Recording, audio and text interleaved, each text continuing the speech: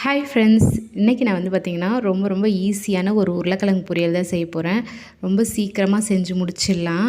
இந்த உருளைக்கிழங்கு பொரியல் வந்து பார்த்திங்கன்னா லெமன் சாதம், தயிர் சாதம், புளி சாதம் இந்த மாதிரி வெரைட்டியான சாதத்துக்கு ரொம்ப சூப்பராக இருக்கும். அதே போல் சாம்பார், ரசம், கீரை இந்த மாதிரி இதுக்கும் சூப்பராக இருக்கும்.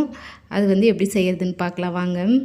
இப்போ வந்து நான் வந்து 4 உருளைக்கிழங்கு எடுத்திருக்கேன். அதை வந்து கட் பண்ணி நான் வந்து வேக வச்சுக்க போகிறேன். அதுக்கு வந்து வெங்காயமும் கருவேப்பிலையும் நறுக்கி வச்சுருக்கேன். இந்த மாதிரி நீட்டாக அரிஞ்சு வச்சுருக்கேன். உருளைக்கிழங்கு வந்து வெந்துருச்சு. அதை வந்து தோல் உரித்து இந்த மாதிரி கட் பண்ணி வச்சுட்டேன். இப்போ வந்து எப்படி செய்கிறதுன்னு பார்க்கலாம். டக்குன்னு செஞ்சிடலாங்க. இது ரொம்ப ஈஸி தான். ஃபஸ்ட்டு வந்து கொஞ்சமாக எண்ணெய் வந்து விட்டுக்கிறேன். கொஞ்சமாக கடுகு வந்து போட்டுக்கலாம். கூடவே கொஞ்சம் வந்து உளுந்து வந்து கொஞ்சம் நிறையவே சேர்த்துக்கிறேன். ஏன்னா நல்லா வாசனையாக இருக்கும் இந்த போல் சேர்த்துனா. அப்போது வெங்காயத்தை வந்து சேர்த்துக்கலாம்.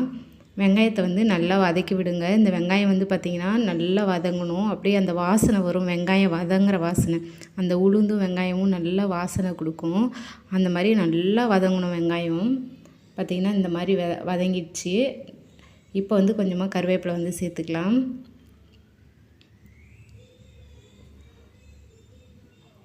நம்ம வதக்கும் போதே இந்த வெங்காய வாசனை வந்து அவ்வளோ சூப்பராக இருக்கும். இப்போ வந்து உருளைக்கிழங்கையும் சேர்த்து இது கூட அந்த வெங்காயத்து கூட கருவேப்பிலை கூட கொஞ்சம் ஒரு வதக்கிடலாம். அப்போ தான் வந்து நம்ம போடுற மிளகாத்தூள் வந்து இது கூட ஒட்டும்.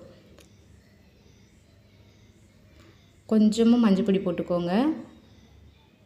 ஒரு அரை ஸ்பூன் வந்து மிளகாத்தூள் போட்டுக்கிறேன். மிளகாத்தூள் வந்து இந்த உருளைக்கிழங்குக்கு வந்து அதிகமாக சேர்க்கக்கூடாது, கம்மியாக தான் சேர்க்கணும். அப்போ தான் வந்து பார்த்திங்கன்னா நல்லா வாசனையாக மொறுன்னு அந்த டேஸ்ட்டு நல்லா வரும். நிறைய சேர்த்திங்கன்னா அப்படியே செதறினா மாதிரி இருக்கும், நல்லா இருக்காது உருளைக்கிழங்கு பொரியல் சாப்பிட்றதுக்கு.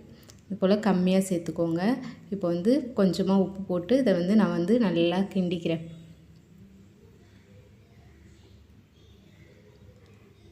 நல்லா எண்ணெயில் அப்படியே நல்லா வதக்கி விட்டுட்டு அதுக்கப்புறம் ரொம்ப சிம்மில் வச்சு நம்ம வந்து இதை வதக்கணும். கொஞ்சமாக வந்து பெருங்காயப்பொடி போட்டுக்கிறேன். ஏன்னா உருளைக்கிழங்கு வந்து வாய்வு, நான் பூண்டுலாம் எதுவும் சேர்க்கலை. அதனால் பெருங்காயப்பொடி போட்டு இதுக்கப்புறம் நல்லா சிம்மில் வச்சு நல்லா மொறுன்னு ஆகிற அளவுக்கு வதக்கணும். இது போல் வதக்கிட்டேன்னா ரொம்ப ஈஸியான உருளைக்கிழங்கு வறுவல் வந்து சூப்பராக ரெடி ஆகிடுச்சுங்க. உங்களுக்கு இந்த வீடியோ பிடிச்சிருந்ததுன்னா லைக் பண்ணுங்கள், ஷேர் பண்ணுங்கள், கமெண்ட் பண்ணுங்கள், மறக்காமல் சப்ஸ்கிரைப் பண்ணுங்கள்.